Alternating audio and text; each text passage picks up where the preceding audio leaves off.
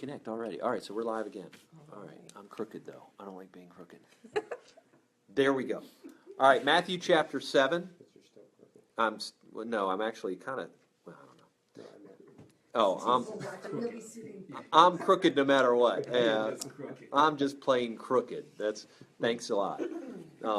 Matthew chapter 7, your sheet there is lying because there are not 34 and 35 verses. I was hoping. Yeah, I don't know. I was coming up with new revelation. And I do not have this on the website if anybody's watching live. Sorry, I apologize. I didn't get it loaded, but you would have been in the wrong verses anyway. So Matthew chapter 7, verses 13 and 14 is where we are. 13 and 14, because it follows right on the heels of verse 12, which is where we ended up last week. So much like the reformers, I believe in just going on to the next verse. It seems like a good place to go. So Matthew 7:13 through 14 says, "Enter by the narrow gate, for wide is the gate, and broad is the way that leads to destruction, and there are many who go in by it. Because narrow is the gate, and difficult is the way which leads to life, and there are few who find it." Two short verses that are very easy to explain from a standpoint of this is what this says, this is what this says, this is what this says, contain a depth of truth and really beautiful invitation to respond to the gospel here. Mm-hmm. There is a command at the very beginning. What is that command? Enter. Enter. It's a very clear command. It is, in the Greek, it is the aorist imperative. Does that mean a whole lot to all of you guys? Mm-hmm. It's not a present tense. It's an aorist tense. With an aorist... Go ahead. Was it a present perfect or something? Well, aorist is... Perfect tense is like it says home, stop, motion. It's what's known as a punctiliar action. It's point in time. Okay. And so it doesn't reference necessarily past, present, or future from that standpoint, but it is just a enter. So you can't keep entering. It's not keep entering, or it's not you have entered, or it's not you will enter. It's you enter. Enter. And so you'll only go in once, which is kind of scary. He doesn't give you, you can come in and go out and make multiple decisions here. It's enter. You enter. At this point, until we read farther, we don't know what we're commanded to go into or what we're commanded to enter. That is what follows. The next important thing there is the word by. Again, he doesn't tell you what you're entering into. He says how you're entering into it. That's what the word by is going to indicate. How you're entering in. Enter by. In this way, enter. Again, we haven't come to the conclusion of what is the finality of what we're entering. We're just knowing how we're going to get there. That's the finality comes at the end. Enter by the narrow gate. Okay, I'm going to get really detailed here. The next word says enter by. The next word is the. Why is the word the important there? It's pointing to a direction. It's a definite article as opposed to an indefinite article. Now, it's a little different in the Greek than in the English, but it means pretty much the same thing. Definite article means this is the one. This is it.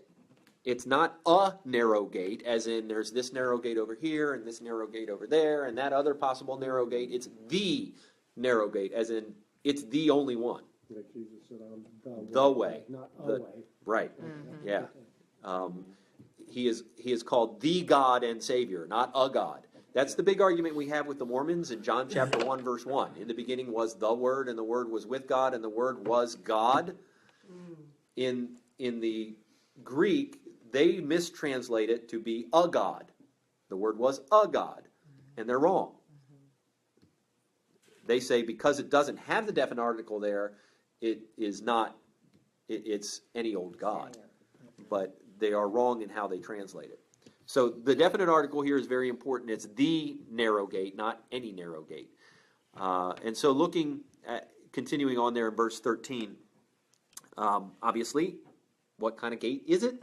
Narrow. Narrow. What type of speech is that? Part of speech is that, by the way, the word narrow there.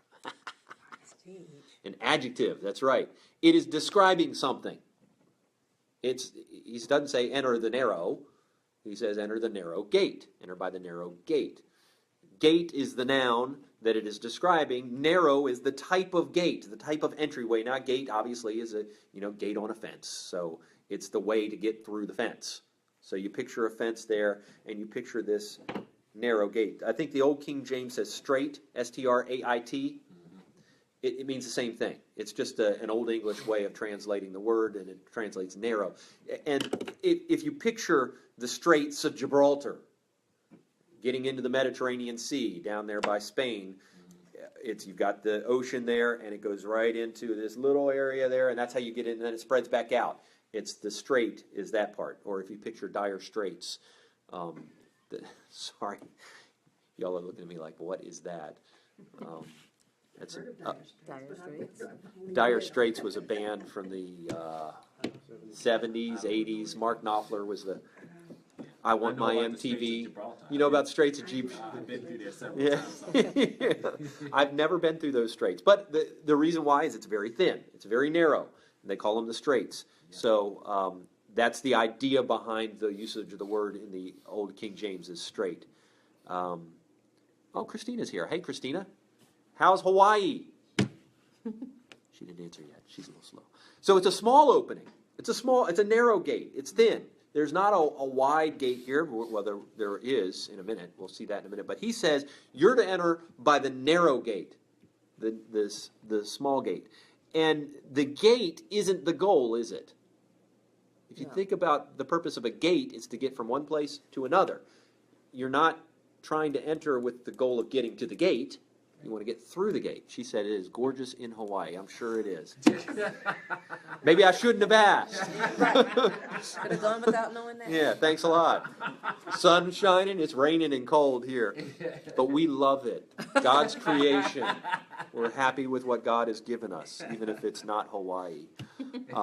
So it's a narrow gate. And he tells you to enter that. And the next word there after gate is what? 4. Come visit. Yeah, we'd love to come visit. 4. Which, yeah, he's going to tell you a reason. Why do you want to enter through the narrow gate? 4, and it's interesting that his reason here is a negative reason, really. Yeah. He begins to contrast something. Because he talked about the narrow gate, and he says now, wide, so that obviously wide is the opposite of narrow. If you picture this a little bit, you're going through the Straits of Gibraltar in a huge cruise liner, right? Carrier. Okay, an aircraft carrier. For those of you that were in the military, so you're on that's bigger than a cruise. So you're on an aircraft carrier. Now you got a really thin line of where you can go. Did you see the cliffs right? Yeah, the cliffs up here in Morocco was here. Was it as beautiful as Hawaii? No. No. Okay. So anyway, you're going through this real thin area, the thin, narrow area. There's only one way. You can't just kind of go all over the place. You're going to hit rocks. You got to stay straight. You got to stay in a really thin area. Whereas if you're going through a wide area, you can go all over. It reminds me of okay, I probably shouldn't share. An episode of Seinfeld where Kramer adopted a portion of the highway, a mile of highway, and he decided he wanted to spread out the lanes a little bit. So he he painted over one of the lines, and he made really wide lanes, and people are driving all over the place and wrecking. Well, that's the picture here.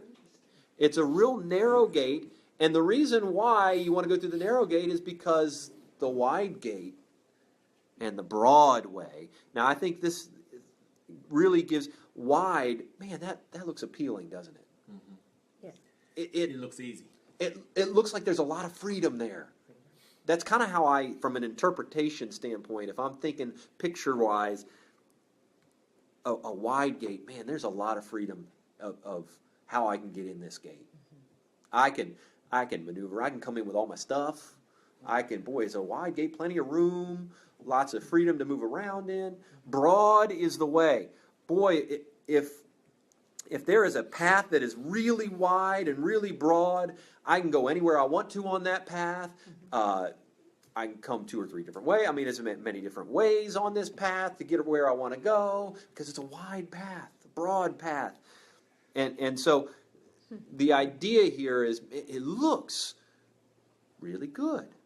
I'm just thinking, these guys are in hills, and I remember walking on paths in the Andes, the narrow ones, you know, you're looking, it's I couldn't do dangerous. that. It is good. Can't do And that. then, but the wide way, you just feel really safe. Yeah, it feels great. It feels really good. You're You're not safe. gonna fall off the edge, and Yeah. it doesn't feel dangerous. And you can maneuver around. You think, this is great, man. Everything's cool. He says, but what? Wide is the gate, and broad is the way that leads. Now, remember, we're looking at where it ends up, because he says enter, and the gate's not the goal. The path isn't the goal. The destination is the goal. And it leads to a destination. And that destination is destruction. Now, this is one of those words that is very final. It's a very final word. Destruction here is not a good thing, obviously. Let me see if I can see what... Yeah, I mean, it's a word. I'm looking it up here. But it seems when it says wide is the gate and broad is the way, it seems like it has a lot to offer. Yeah. Sure it does. Well, It- in the world's view, that there's a loving God, but there's so many avenues to get to God. Whether you go through That would be the broad way. Mormon, Yeah. this through You- Muslim, you you're pick all any going old to the way. same God. Yeah. Especially in our current culture where there's all kinds of, there's alternative truths, to use like a term that was spouted out there in the political arena yesterday. Any old truth works. Your truth, my truth. I can't tell you what, whether what you believe is right or wrong. You go right ahead. That's a broad way.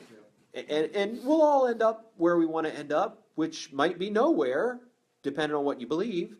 Might be nirvana, might be heaven, might be, annihilationism, might be that there really is no afterlife, there really is no God. Broadway, it's okay. Everything's good. Well, where does that lead? It ends up in destruction, ruin. And this is not destruction as in, oops, we kind of messed up. This is eternal ruin. This is a finality. This is the destination, is destruction. It's not kind of messing up on the way or goofing up or a little bit of problems. This is eternal ruin. That's not good. Even word for that, huh? Yeah. So it's careful how you begin because of how it ends. I mean, entering in is a finality. Mm-hmm. Yes. Yeah. Yeah. Not just being on a path, but how you get in the path. Because you end up on the right path by coming in the right way. Mm-hmm. And if you come in the wrong way, you end up on the wrong path, which leads to the wrong place. Pilgrim's Progress. They thought they were on the right path, but they jumped the fence. Yeah. Yeah, they came onto this path, and yet they didn't come in the right way. They didn't come in through the narrow gate. And so they weren't really on the path. They were just kind of crossing over the path, really, is what ended up happening. And when another path went off to the side, one of them went that way. When another path went off this way, one of them went that way. Why? Well, they hadn't come in the right way. So they weren't coming on the right path to begin with. So he says, you enter the narrow gate because all these other paths will come off and they'll look great. And they're wrong because they lead to destruction.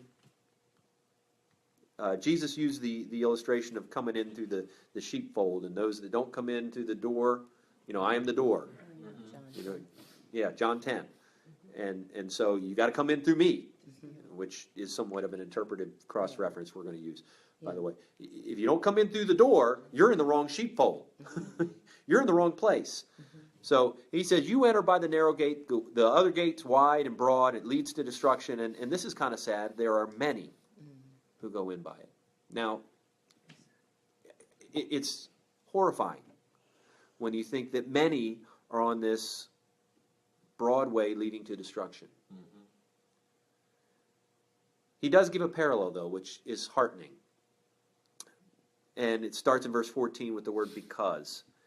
And this is, again, another why. So he gives the command, enter. by the narrow gate. And then he's going to give two whys, two reasons. And the reason is the contrast between the two gates and the two ways. And the reason you enter the narrow gate is, on the one hand, you don't want to be on the broad way that leads to destruction. And the way you get into the broad way that leads to destruction is you go in through the wrong gate, which is a wide gate. But you would rather be on the difficult way. Oh, wait a minute. And it's interesting. I as I was looking at this, I have my little diagram things that I put on there for you, the highlights and everything. And then I took my pen and I started marking it up myself, and I found amazing parallels. This is two parallel verses that he's got here. You've got a wide gate contrasted with a narrow gate. You've got the gate. You've got the broad way contrasted with the difficult way, the way and the way. They're both leading, and you've got destruction, and you've got life. And then you've got many and few. So he puts this as a contrasting parallel, as the two reasons why you want to enter through the narrow gate. And there's a negative reason, you don't want to go to the wrong place. And a positive reason, you want to go to the right place. And the two contrasts are both the way into it, the characteristic of the path, and the end result. And it's very well written by, very well characterized by Pilgrim's Progress. I think that's a great illustration of it from a book standpoint. So, verse 14, just to finish this off, and then we can look at some cross-references here. Because, he says, narrow is the gate. So again, we had a wide gate, now narrow is the gate, and this takes us back really to the beginning command there, enter by the narrow gate. Because narrow is the gate, so this is the one he wants you to enter. And difficult is the way. Now let me see, how do the other verses translate that? He says he's telling us to enter by the narrow gate. It's like he wants us there. That's a good point. Right. Yeah, I mean, he wants you to enter the narrow gate. And he first says, because you don't want to enter the wrong gate, enter the right gate. You want to enter the right gate. And the rest of the versions translate this word difficult as in narrow or hard. I don't think there's any, let's see. No. It's the word is to be pressed or oppressed or compressed, to be squeezed is the idea behind that word. Which, yeah, I mean, really, it's not an easy thing. It's not a broad, hey, having a good time, I'm just out here partying kind of thing. It is it's why some translate it difficult, some translate it, because a way that squeezes you, compresses you, forms you. It's a difficult way. It's not an easy way. That's interesting. It's pressed or rubbed together, or kind of like that. So it is. It's a way that causes you to think about what you're doing. Yeah, you have to. Whereas the wide gate, You just go. just go. It's. I like the image of you either floating downstream, or you're fighting against the current, just like the trout going to their breeding ground. So it is a narrow gate. It's not all roads lead to whatever. This is it. It's narrow. It's limited. People don't like limited. For instance, we just had the inauguration, right? And everybody was talking about, there was a lot of prayers there. It was so good. And I'm thinking, but you had a Muslim, a rabbi, a priest, a prosperity theology heretic, and Franklin Graham. So you had one person, I believe, that was praying to the right God. Mm-hmm. The rest of them are praying to who knows? Well, that's broad. That's the wide gate. That leads to destruction. That's like after the September 11th buildings collapsed and everything. We had the ceremony in the National Cathedral, and you had all these people up there praying to whoever they're praying to, and I'm like, but narrow is the gate. Jesus said, I am the way, the truth, and the life. No one comes to the Father except through me. That's pretty narrow. That's why people don't like Christianity. We are narrow-minded. Yes, we are.